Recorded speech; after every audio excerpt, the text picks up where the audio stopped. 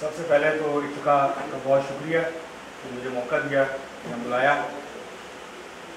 اور جو کانفرنس کا انعقاد کیا ہے میرے خیال سے بہت اہمیت کا حامل ہے اس حوالے سے کہ لینن کی وفات کے 100 سال بعد ہم لیننزم کو آج دیکھنے کی کوشش کر رہے ہیں، اور جو کانفرنس کا عنوان ہے وہ بھی بڑا خوبصورت ہے، واکنگ ود لینن۔ لینن کے ساتھ ساتھ جیسے لینن نے رہنمائی کی اکتوبر ریولوشن تک روس کے محنت کشوں کی، کسانوں کی، دانشوروں کی، اور RSDLP کو اس قابل بنایا، بولشوک دھڑے کو اس قابل بنایا کہ وہ اکتوبر 1917 میں انقلاب کی قیادت کر سکے، اور اس کے بعد پھر جو سوشلزم کی تعمیر تھی، جو انقلاب کی تعمیر تھی، اس کو سسٹین کرنا تھا، اس میں بھی لینن کا بہت اہم کردار تھا، کیونکہ وہ ہمارا موضوع نہیں ہے تو اس پہ ہم بات نہیں کریں گے۔ تو اس لیے آپ سے یہ بہت خوشائن ہے کہ آج ہم لینن کو ڈسکس کر رہے ہیں، اس کے نظریات کو، اس کی جو کنٹریبیوشن ہے ریولوشنری پالیٹکس میں، ریولوشنری تھاٹ میں، فلسفی میں، اور پریکٹیکل پالیٹکس میں، اور پھر انقلاب برپا کرنے میں۔ اگر میں بات شروع کروں اکتوبر انقلاب کی، تو دراصل اکتوبر انقلاب کا آغاز ہوتا ہے فروری انقلاب سے۔ فروری انقلاب اگر نہیں ہوتا تو اکتوبر انقلاب بھی نہیں ہوتا۔ فروری انقلاب نے ٹریگر کیا ان فورسز کو جو روس کے اندر تبدیلی چاہتے تھے۔ جو سٹیٹس کو تھا وہ فروری انقلاب میں زار شاہی کے خاتمے کی شکل میں ٹوٹا، اور جس کے نتیجے میں پھر فلڈ گیٹ کھلے، جس کے نتیجے میں پھر عوام نے اپنی طاقت کا اظہار کرنا شروع کیا، کیونکہ فروری انقلاب نے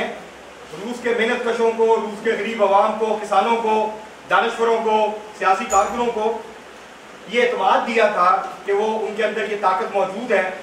کہ وہ اگر زار شاہی کا خاتمہ کر سکتے ہیں تو پھر یہ کرنسی گورنمنٹ اس کے لیے کوئی معنی نہیں رکھتی۔ اور یہی وہ جذبہ تھا جس کو آپ کہہ سکتے ہیں فروری انقلاب نے جس کو تخلیق کیا روس کی سوسائٹی میں، اور پھر انقلاب جو ہے وہ ایک قدم کے بعد دوسرا قدم پھر اکتوبر جو ہے وہ آتا ہے۔ اس لیے میں سمجھتا ہوں کہ فروری کے بعد کے جو واقعات ہیں، ویسے تو فروری 1917 تک لینن کا جو کردار ہے وہ انتہائی اہمیت کا حامل ہے، اور میں ذاتی طور پہ اس بات میں بلیو کرتا ہوں کہ اگر لینن نہیں ہوتا تو اکتوبر انقلاب نہیں ہوتا۔ لینن کی اتنی بڑی کنٹریبیوشن، کیونکہ جو ریولوشن ہے وہ ایک دن کا عمل نہیں ہے کہ آپ نے فیصلہ کیا کہ آپ نے فلاں تاریخ کو قبضہ کرنا ہے اور اس دن انقلاب ہو گیا۔ اس کی تیاری کے مراحل ہیں، اور بہت سے مراحل میں سے گزرتے ہوئے آپ اس تاریخ تک پہنچتے ہیں جب آپ ایک بحیثیت پارٹی یہ سمجھتے ہیں کہ اب آپ اس پوزیشن میں ہیں کہ آپ اقتدار پہ قبضہ کر سکتے ہیں، آپ سرمایہ داری جاگیرداری کا خاتمہ کر سکتے ہیں، اور جو existing political socio economic order ہے آپ اس کو ختم کر کے اس کی جگہ ایک متبادل جو ہے وہ لا سکتے ہیں۔ تو یہ جو واقعات ہیں کچھ، میں اس کا ذکر کرتے ہوئے آگے بڑھوں گا۔ لینن نے یہاں پہلے بھی بات ہوئی، میں ریپیٹ نہیں کرنا چاہتا ہوں باتوں کو جو یہاں پہ ہو چکی ہیں۔ روس کے کنٹیکسٹ میں لینن کا بہت اہم نظریاتی کردار ہے، کیونکہ جو مارکسسٹ اسکول آف تھاٹ تھا، مطلب 1890 میں جب مارکسی تحریک کا باقاعدہ آغاز ہوتا ہے روس کے اندر، پلاخانوف کی قیادت میں پہلا گروپ بنتا ہے ایمانسیپیشن آف لیبر، تو وہ مارکسسٹوں کا پہلا آرگنائز گروپ تھا جس نے روس میں مارکسزم کے نظریات کو پھیلانا شروع کیا۔ تو جو ابتدائی مارکسسٹ تھے ان کے سامنے سوال یہ تھا کہ روس میں زار شاہی کا خاتمہ کر کے انقلاب کی طرف بڑھنے کا جو راستہ ہے، یا سوشلزم کو حاصل کرنے کا جو راستہ ہے وہ کیا ہے؟ کیا وہ وہی راستہ ہے جو برطانیہ میں ہم لے سکتے ہیں، فرانس میں لے سکتے ہیں، امریکہ میں لے سکتے ہیں؟ کیونکہ یہ تو فیکٹ ہے